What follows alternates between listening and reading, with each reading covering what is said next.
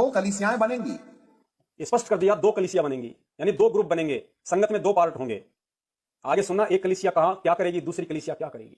तो कह रहा है कि दो कलीसिया बनेंगी, यानी संगत के दो पार्ट हो जाएंगे, दो ग्रुप बन जाएंगे, एक मैनेजमेंट, एक सतलोक आश्रम मैनेजमेंट और दूसरा सतसेवक। एक कलीसिया, परंतु जो परमेश्वर को नापसंद है वो लोग टूट टूट करके पापी मिजाज वाली कलीसियाओं में जुड़ने लगेंगे जहां पाप करने की अनुमति है। अब सुनना ध्यान से, दो कलीसियाएं बनेंगी। एक कलीसिया में शुद्धि और निर्मलता और शुद्धता और पवित्रता का बोलबाला होगा। दो कलीसिया बनेंगी, संगत के दो पार्ट होंगे। एक खेमे में क्या होगा, शुद्धता, निर्मलता और पवित्रता का काम शुरू हो जाएगा। आज हम जितने भी सत्सेवक भाई बहन हैं, हम परमेश्वर के वचन पे चलने का जोर देते हैं कि हमें परमेश्वर के वचन पे चलना है, परमेश्वर के वचन से इधर उधर नहीं होना है, क्योंकि जब तक गुरुजी हिसार जेल में है तब तक उनके सत्संग ही हमारा असली गुरु है। क्योंकि सत्संग हमें भटकने नहीं देगा, सत्संग हमारा मार्गदर्शन करेगा, सत्संग हमें सत्य असत्य की पहचान करवाएगा, सही गलत का निर्णय करवाएगा, हमें भटकने नहीं देगा। तो जो एक कलीसिया है उसमें क्या होगा, स्वच्छता, निर्मलता और पवित्रता का बोलबाला होगा, जो आज सत्सेवकों में पनप रहा है। दो कलीसियाएं बनेंगी। एक कलीसिया में शुद्धि और निर्मलता और शुद्धता और पवित्रता का बोलबाला होगा। दूसरी कलीसिया में संसार के साथ समझौता के साथ जीवन जीने वाले लोगों की बड़ी भीड़ होगी। दूसरी कलीसिया में क्या होगी, संसार के साथ समझौतापूर्ण जीवन जीने वालों की तादाद बढ़ेगी। यानी दो कलीसिया होंगी, एक में तो स्वच्छता, निर्मलता, पतिव्रता ये बढ़ेगी, और दूसरी कलीसिया में क्या होगी, संसार के साथ समझौतापूर्ण जीवन जीने के वाले लोगों की तादाद होगी। यानी वो जाट आरक्षण में भी जाएंगे, वो दुनिया वालों के साथ समझौता कर लेंगे, वो आनंदपाल जैसे गुंडों की सीबीआई जांच भी करवाएंगी जिनका भक्तों से कोई लेना देना नहीं। एक गैंगस्टर से जो AK-47 रखा था, जिसने पुलिस वालों को मार रखा है, जो वांटेड था, मरने के बाद भगत होके उसकी सीबीआई जांच के लिए रोडों पर रैलियां निकाल रहे हैं, उनको चंदा दे रहे हैं राजपूत समाज को। तो यहां कहा है कि तो दूसरी जो संगत होगी, दूसरी जो कलीसिया होगी, वो संसार वाले लोगों के साथ समझौतापूर्ण जीवन जीने के लिए तैयार खड़ी होगी, उनकी तादाद बढ़ेगी। तो ये जो सतलोक आश्रम मैनेजमेंट हरियाणा है, हमारे भगत भाई बहनों को जिस तरह से इन्होंने हरियाणा के जाट आंदोलन में शामिल कर दिया, अरे भगत को क्यों आरक्षण चाहिए, किस लिए आरक्षण चाहिए, भगत को तो सतलोक में चाहिए। लेकिन फिर भी इस भविष्यवाणी के अकॉर्डिंग ये होना ही था, संसार के साथ समझौतापूर्ण जीवन जीने के लिए संगत को बाध्य किया। आनंदपाल सिंह गैंगस्टर जैसे गुंडों की सीबीआई जांच के लिए राजस्थान के अजमेर में वहां पे बैठा दिया, उनको कुपात्रों को दान दिया गया, उनको जगत वालों को समझौतापूर्ण जीवन संगत से जिवाया गया। ध्यान से सुना पुण्यात्माओं, ये भविष्यवाणियां क्या संकेत कर रही हैं। संसार के साथ समझौता के साथ जीवन जीने वाले लोगों की बड़ी भीड़ होगी, जो पाप में रहकर के प्रभु की भक्ति करना पसंद करेंगे, जो पाप में रहकर प्रभु की भक्ति करना पसंद करेंगे। आज मैनेजमेंट और उसके पीछे लगी हुई संगत यही तो कर रही है, सारे उल्टे कर्म कर रही है, राजनीति, आरक्षणबाजी, देहदान, रक्तदान, गुंडों की सीबीआई जांच। वो पाप में रह के भक्ति करना पसंद करेंगी, पाप में रह के भक्ति करना पसंद करेंगी।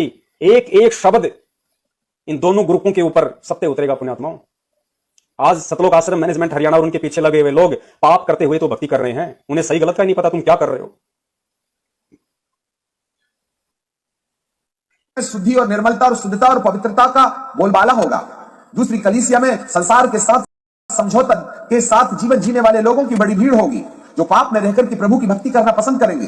परंतु दूसरे ओर ऐसे लोग होंगे जो पाप का बहिष्कार करते हुए केवल पवित्रता का आधार बना के मेरे परमेश्वर की आराधना करने वाले होंगे।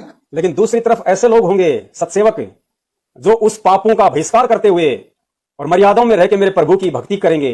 ध्यान से सुनना क्या बोल रहा है ये। दूसरी तरफ कैसे लोग होंगे, परंतु दूसरे ओर ऐसे लोग होंगे जो पाप का बहिष्कार करते हुए केवल पवित्रता का आधार बना के मेरे परमेश्वर की आराधना करने वाले होंगे। दोनों पाप का बहिष्कार करते हुए, पवित्रता को आधार बनाते हुए मेरे प्रभु की भक्ति करने वाले होंगे। तो सत्सेवक क्या कर रहे हैं आज, इनके हर एक कुक्रम का पर्दाफाश करते हैं, इनके हर एक गलत आदेश का बहिष्कार करते हैं, इनके पाखंड को संगत के सामने उजागर करते हैं और पवित्रता के साथ में यानी मर्यादा के साथ में गुरुदेव की भक्ति करते हैं। स्पष्ट बोला जा रहा है पुण्यात्माओं, अब भी अगर कोई ना समझ सके फिर उसको समझाने वाला कोई नहीं है।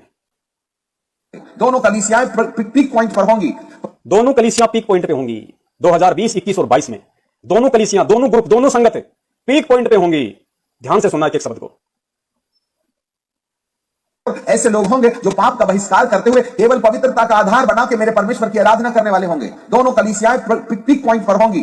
पवित्र होने वाले निरंतर पवित्र होते चले जाएंगे। मसीहत के अंदर में दुष्टता जिस तरीके से बढ़ रही है, वो भी इतनी पार हो जाएगी चरम सीमा में कि उन्हें बाइबल के वचन याद आना भूल जाएंगे वो लोग। संगत के अंदर पाप कर्म इतने ज्यादा बढ़ जाएंगे कि लोगों को बाइबल के वचन याद आना भूल जाएंगे। बाइबल यानी परमपिता परमेश्वर सतगुरु रामपाल जी महाराज जी के सत्संग कि गुरुदेव अपने सत्संगों में हमें क्या समझा के गए थे, गुरुदेव हमें किस प्रकार से भक्ति मार्ग पे चलने की शिक्षा देके गए थे। क्यों? क्योंकि उस संगत में काल एजेंटों के मनमाने आचरण के चलते, काल के दबाव के चलते पाप कर्म इतने ज्यादा बढ़ जाएंगे, कुकर्म इतने ज्यादा बढ़ जाएंगे कि वो बाइबल के वचनों को अर्थात परमेश्वर के सत्संगों को आधार बनाना भी भूल जाएंगे।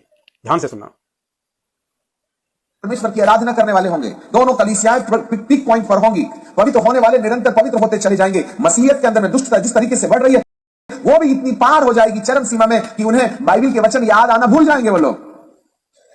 दोनों कलीसियाओं में तरक्की होगी, दोनों में तरक्की होगी। एक पवित्रता वाली कलीसिया बढ़ेगी, इसलिए कुछ लोग बिगड़ी एक पवित्रता वाली कलीसिया बढ़ेगी, इसलिए कुछ लोग बिगड़ी कलीसिया से हट करके सुधरी कलीसिया में आना शुरू हो जाएंगे। इसलिए कुछ लोग बिगड़ी हुई संगत से, बिगड़ी हुई कलीसिया से टूट के जो अच्छी कलीसिया, जो अच्छी जो संगत है, जो सत्सेवक हैं, उनमें आना शुरू हो जाएंगे और आ रहे हैं। हमारे पास कहां से आ रहे हैं भगत भाई बहन? ये जो सैकड़ों की संख्या में जो लाइव देख रहे हैं, जो हजारों की संख्या में इनको शेयर करते हैं, ये कौन है? ये वही तो है जो सतलोक आश्रम मैनेजमेंट हरियाणा से टूट टूट के आ रहे हैं। और कहां से आएंगे हमारे पास में? सत्सेवकों के पास में वही तो आ रहे हैं जो मैनेजमेंट से टूट के आ रहे हैं। तो इसमें यही तो कहा जा रहा है। ध्यान से सुनना क्या बोल रहा है। वो भी इतनी पार हो जाएगी चरम सीमा में कि उन्हें बाइबल के वचन याद आना भूल जाएंगे वो लोग। दोनों कलीसियाओं में तरक्की होगी, एक पवित्रता वाली कलीसिया बढ़ेगी, इसलिए कुछ लोग बिगड़ी कलीसिया से हट करके सुधरी कलीसिया में आना शुरू हो जाएंगे। और जो अच्छी कलीसिया में संगति रखते हैं वो लोग जो समझौतापूर्ण जीवन जीना चाहते हैं वो शुद्ध होने वाली कलीसिया से बाहर आकर के पापी कलीसिया में मिलने लगेंगे। जो लोग समझौतापूर्ण जीवन जीना चाहते हैं वो सत्सेवकों से हटके वापस उस बिगड़ी हुई कलीसिया में जाना शुरू हो जाएंगे। जिनके पाप कर्म दबाव देंगे, जिनके संस्कार मजबूत नहीं होंगे, वो लोग साध संगति से जुड़ के भी और वापस सतलोक आश्रम मैनेजमेंट हरियाणा की तरफ चले जाएंगे, समझौतापूर्ण जीवन जीने के लिए, सारे कुकर्म करने की आजादी प्राप्त करने के लिए। कलीसिया में संगति रखते हैं वो लोग जो समझौतापूर्ण जीवन जीना चाहते हैं वो शुद्ध होने वाली कलीसिया से बाहर लोग जो समझौतापूर्ण जीवन जीना चाहते हैं वो शुद्ध होने वाली कलीसिया से बाहर आकर के पापी कलीसिया में मिलने लगेंगे, जिससे कि पाप करने की स्वतंत्रता मिले।